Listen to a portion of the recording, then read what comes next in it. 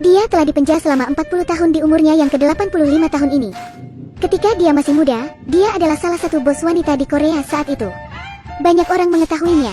Bahkan saat dia masuk penjara, dia menjadi orang yang dihormati di penjara. Semua teman mengucapkan selamat kepadanya, karena dia akan segera dibebaskan dari penjara. Dia akan bebas dan menjalani kehidupan yang lebih baik. Tapi ketika hari pembebasannya, dia menyadari tidak ada yang datang untuk menjemputnya. Bahkan kedua putranya tidak datang. Jeongsun yang sendirian, hanya bisa naik bus untuk pulang. Ada seorang pemabuk yang berbau alkohol di kereta duduk di sampingnya. Pria itu mengeluarkan sekotak sashimi dengan saus kentalnya. Makanan yang dimakannya sangat bau. Dia juga melecehkan wanita di sebelahnya dengan memaksanya makan. Orang-orang di sekitar merasa terganggu oleh pria itu, tapi tidak ada yang berani dengan pria usil itu. Jeongsun yang melihatnya tidak tahan lagi, berdiri di depan si pria. Dan pria pemabuk itu menatap wanita tua kecil di depannya. Pria berdiri dan sangat menghina Jeongsun, lalu menumpahkan sausnya ke pakaian Jeongsun. Pada saat itu juga, mata Jeongsun tiba-tiba berubah. Kata-kata cacian keluar dari mulutnya satu persatu. Para penumpang yang melihatnya membuka mata lebar-lebar. Mereka tercengang mendengar kata-kata Jeongsun. Mereka belum pernah mendengar kata-kata sekejam seperti itu. Yang lebih parah adalah mulut Jeongsun tidak pernah berhenti memaki lelaki itu. Bahkan setelah melewati 2 stasiun, tanpa berkutik, tekanan darah pria pemabuk yang dimarahi melonjak. Si pria menjadi mimisan, tidak bisa berkata apa-apa. Si pria hanya bisa meminta maaf dengan malu-malu. Ketika Jeongsun sedang berhenti di jalan, itulah si Jeongsun si lidah beracun yang terkenal. Sekarang tidak ada kekayaan dan kekuasaan yang melekat padanya lagi. Hanya tubuh yang menua yang tersisa darinya. Karena mulutnya yang tajam, dia merasa bersalah pada anaknya. Karena Jeongsun telah meninggalkan anaknya ketika anaknya masih kecil. Kedua putranya sangat menyedihkan ditinggal Jeongsun. Si putra biksu sekarang menjadi pelatih sekolah mengemudi. Gajinya kecil dan dia kecanduan game hall, dan terus hidup dalam kemiskinan. Bahkan saat Jeongsun mengunjunginya, si bungsu hanya bisa menyuguhi Jeongsun dengan hidangan penuh tahu di atas meja. Jeongsun tidak mengatakan apa-apa, tapi malah memberikan semua sisa uangnya ke anak bungsunya. Berbeda dengan si anak bungsu, si anak sulung tidak perlu repot memikirkan makan dan minum lagi. Itu karena dia menikahi gadis yang kaya, menjalani kehidupan yang keras sebagai menantu. Si sulung kerap dimarahi oleh ibu mertuanya di rumah, dimarahi oleh pemimpin di perusahaannya. Martabatnya telah diinjak berkali-kali. Jeongsun berpura-pura menjadi babysitter baru di rumah si sulung, hidup bersama dengan menantunya. Jeongsun hanya ingin bertemu cucunya yang belum pernah dia temui. Si sulung melihat Jeongsun menyiapkan makanan di meja. Si bungsu juga menyadarinya. Tapi si sulung hanya menutup mata. Dia bermaksud untuk tidak mengenali ibunya sama sekali. Jeongsun berniat menemui putra sulungnya setelah makan. Tanpa diduga, kalimat pertama yang diucapkan si sulung adalah, "Jadi kamu masih hidup?" Dibandingkan dengan si bungsu, si sulung bisa dikatakan penuh kebencian terhadap ibunya. Hidup si sulung yang penuh akan hinaan. Ini semua disebabkan karena Jeongsun. Ketika Jeongsun tidur di malam hari, dia terbangun oleh ucapan putra sulungnya waktu itu. Jeongsun segera berlari ke sungai, lalu berteriak di sungai itu, merenung di hatinya. Akibatnya, Jeongsun malah mengejutkan pasangan muda di samping sungai itu. Jeongsun memarahi dan berkata dengan kasar kepada pasangan muda-mudi itu, sambil juga menyemangati dirinya sendiri untuk tidak mudah menyerah oleh keadaan. Pasangan itu mendengarkan amarah Jeongsun, dan mereka segera pergi dari sana. Ketika itu, ada karyawan stasiun TV bertanggung jawab atas pertunjukan sebuah acara, membutuhkan peserta yang sangat handal dalam mengumpat dan memarahi. Mereka menemui Jeongsun, meminta dia untuk berpartisipasi dalam kompetisi di TV itu. Jika Jeongsun menang, akan ada bonus besar sebagai hadiah. Tapi Jeongsun menolak itu. Dia tidak berminat dan ketika itu malah meminum obat untuk merilekskan pikirannya. Jeongsun tidak punya semangat untuk acara itu. Tetapi si putra bungsu masih mempunyai banyak hutang. Dia butuh uang untuk melunasi hutang itu. Menghadapi permohonan dari si bungsu, Jeongsun tidak bisa menolaknya. Perlombaan itu ialah, siapa yang bisa mengumpat paling kejam dan paling kreatif, akan bisa memenangkan hadiah yang besar. Pesertanya ada yang lembut, mengumpat dengan sopan sambil tersenyum, mengucapkan kalimat demi kalimat. Jika Anda tidak mengerti bahasa Korea, kita tidak bisa mengerti kalau dia sedang mengumpat. Jenis peserta lain, 2 orang berkolaborasi di atas panggung. Dengan gila mereka mengumpat orang lain. Ada banyak pemain lainnya yang karakternya beda-beda. Mereka selalu menampilkan sesuatu yang baru. Beberapa peserta malah kelihatan aneh, seperti seorang tercekik. Ada yang mengumpat seperti orang curhat. Tapi menurut pendapat juri, semua umpatannya masih sangat dangkal. Sampai seorang wanita berusia 85 tahun tampil. Dia berjalan ke panggung menggunakan kru, lalu segera menegur juri di depannya. Bukan hanya bahasanya yang fasih dan logis, dia juga dengan cepat memahami karakteristik masing-masing juri. Kemudian umpatan Jeongsun menusuk mereka. Juri tidak tahan. Untuk apa ini? Apa yang akan kamu lakukan? Petik 2. Aku datang. Jeongsun memarahi selama setengah jam di atas panggung itu. Bakatnya masih belum hilang. Ketika di putaran kedua, Para peserta berlatih saling memarahi di belakang panggung. Para pemain seperti bertengkar di belakang. Jeongsun tidak mengatakan sepatah kata pun.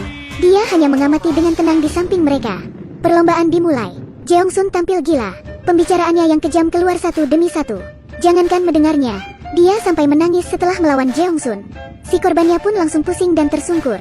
Para pesaing Jeongsun pun mengakui kehebatan Jeongsun. Tetapi Jeongsun segera menghibur mereka secara manis. Pertandingan ketiga akan sangat sulit. Pertandingan dengan tema. Moderator meminta peserta untuk mengumpat dengan lagu.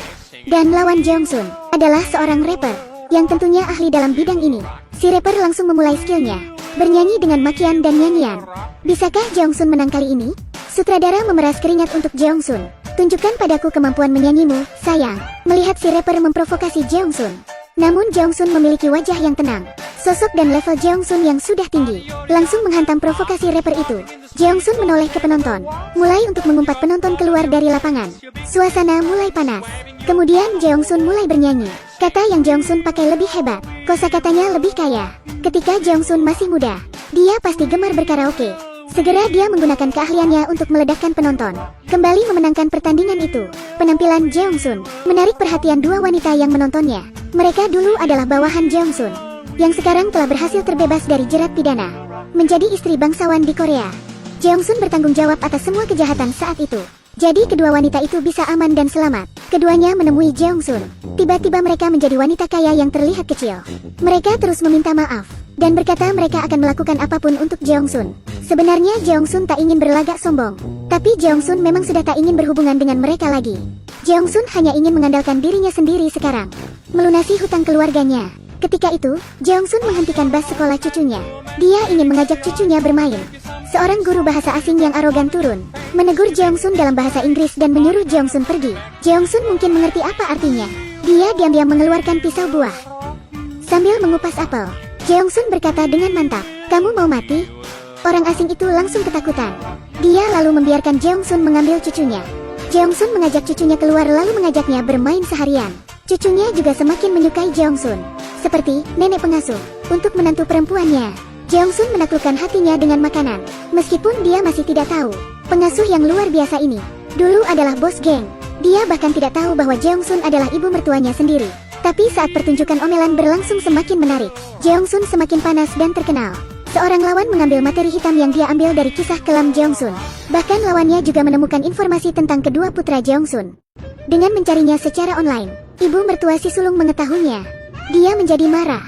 Menantunya yang tidak kompeten. Sebenarnya ibunya pernah dipenjara dan sekarang bekerja di rumahnya sendiri. Si mertua memanggil keduanya, memarahi si sulung pria tidak kompeten dan tidak tahu malu. Seorang pembohong besar. Jeongsun langsung marah saat mendengarnya. Jeongsun sudah lama tidak nyaman dengan mertua yang pahit ini, karena terus menghina si sulung. Tapi mertua menjadi semakin marah.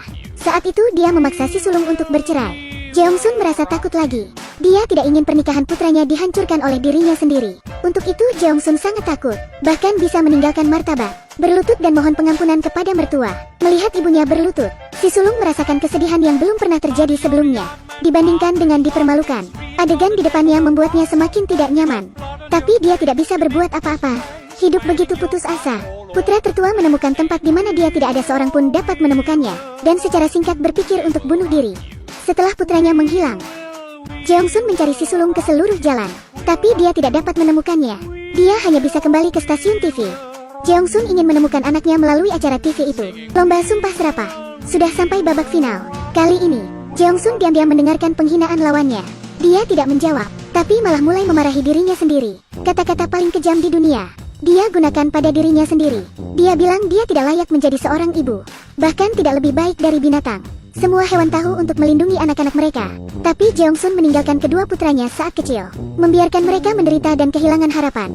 Jika hidup bisa diulang, dia tidak akan lagi memaksa mengejar kekuasaan dan kekayaan. Tidak lagi untuk apa yang disebut kesetiaan, memisahkan dirinya dari anaknya selama bertahun-tahun. Kata-kata Jeongsun itu didengar si sulung lewat siaran di mobilnya.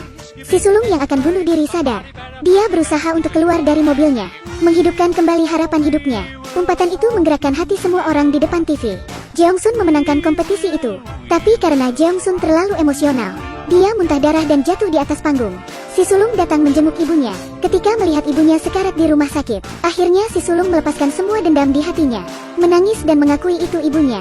Setelah masa pengobatan selesai, Jeong Sun keluar dari rumah sakit. Ibu mertua datang ke sana saat itu dan berkata untuk menyuruh si sulung menceraikan putrinya. Dua bangsawan wanita juga ada di sana. Mertua melihat dua bangsawan itu. Aduh, ketua Zhang. Nona. Jeong Sun tidak terlalu peduli, mengatakan bahwa mereka tidak bisa lepas dari Jeong Sun. Kemudian Jeong Sun meminta membayarkan hutang si bungsu. Kamu tidak perlu mengatakannya, aku telah membawa 5 miliar ke sini. 5 miliar? Jeong Sun mendengarnya segan. Ini belum berakhir. Orang lain yang lebih hebat datang. Dia adalah anggota parlemen. Ketika dia dijebak dan dipenjara, Jeong Sun menyelamatkan hidupnya. Dia di sini untuk membalas budi kepada Jeong Sun. Dengan Jeong Sun memiliki latar belakang seperti itu, ibu mertua yang sombong itu segera mengubah sikapnya, mengangguk dan membungkuk lalu membuat senyum. Katanya, dia benar-benar punya menantu yang baik. Jeong Sun tidak pernah terjerat dengan orang seperti itu lagi. Bisa atau tidak, selama putra dan cucunya senang. Pada akhirnya, Jeong Sun akan dikirim ke luar negeri untuk perawatan. Sebelum pergi, dia memberitahu semua orang, jangan saling memarahi. Biasakan Anda mengatakan sesuatu yang baik, hidup ini terlalu singkat.